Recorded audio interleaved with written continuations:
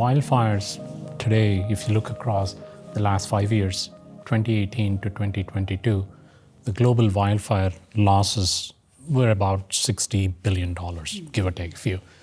But what's interesting is if you unpack that, you'll see that there is a high degree of variability year over year.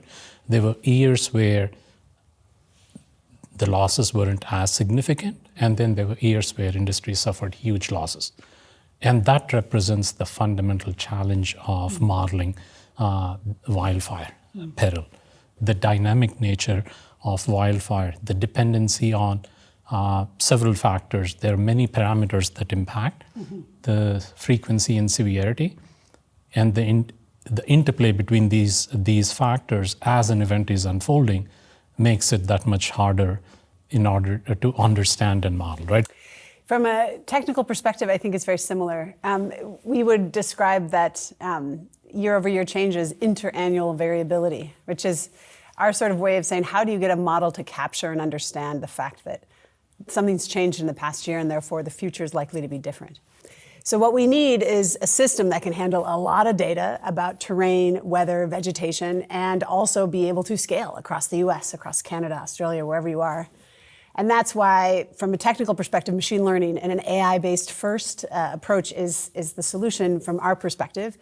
And for that reason, I think the challenge is then how do you coordinate and wrangle as much data as possible and apply the right models to that data such that over time the model gets smarter and smarter at understanding every year the picture is different. And therefore, because it's different, how do I have a different understanding of the probability in the year ahead? So I think refreshing that data, understanding how the data has changed, and then being able to be confident that the probability in the future is indeed an absolute probability and one that you could potentially make a decision on. I think that's the most important sort of goal of our technology, is that an insurer on the other end could actually make a decision based on that data. The aspiration from solutions perspective is always to provide best forward-looking view, best risk knowledge to our clients. And we saw that wildfire was one of the perils that industry struggled and has continued to struggle with in terms of understanding and sort of manifesting that in their underwriting and risk transfer scenarios. And so this represented a major pain point for the industry, and that was a problem we wanted to solve. Now, when we looked across, precisely the challenge we saw was there were models that worked reasonably okay in good years and have failed spectacularly in bad years. So what the industry was looking for was a set of solutions that captured the variability year over year and reflected the true dynamic nature of the peril, right?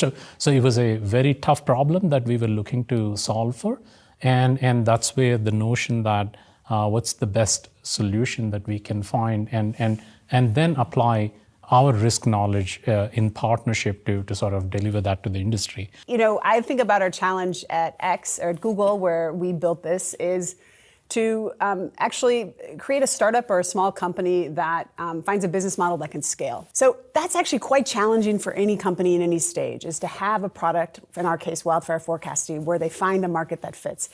And I think from my perspective, what was so great about the Swiss Re partnership in particular was that CatNet had solved the product market fit problem really nicely by bringing these resources and this understanding of risk at kind of a property by property level basis at global scale to the market, with lots and lots of folks saying, yes, I want that.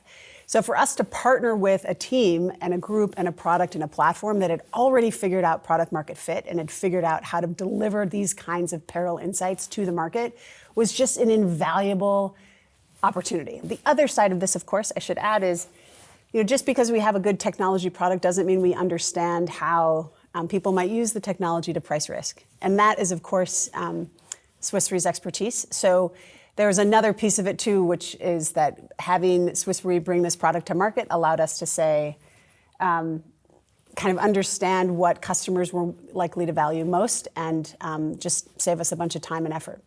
And as a result, I think we can make our technology better and better while Swiss Re continues to refine and help us commercialize. We have a solution in live and available in US, and we just announced the availability of the joint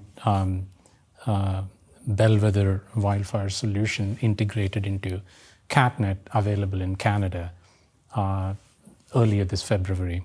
So we're talking about a very complex problem solved at a scale requiring huge amounts of data and compute, and being able to sort of put all of that together in a matter of weeks. This represents a significant milestone in our journey for this product and where we are today.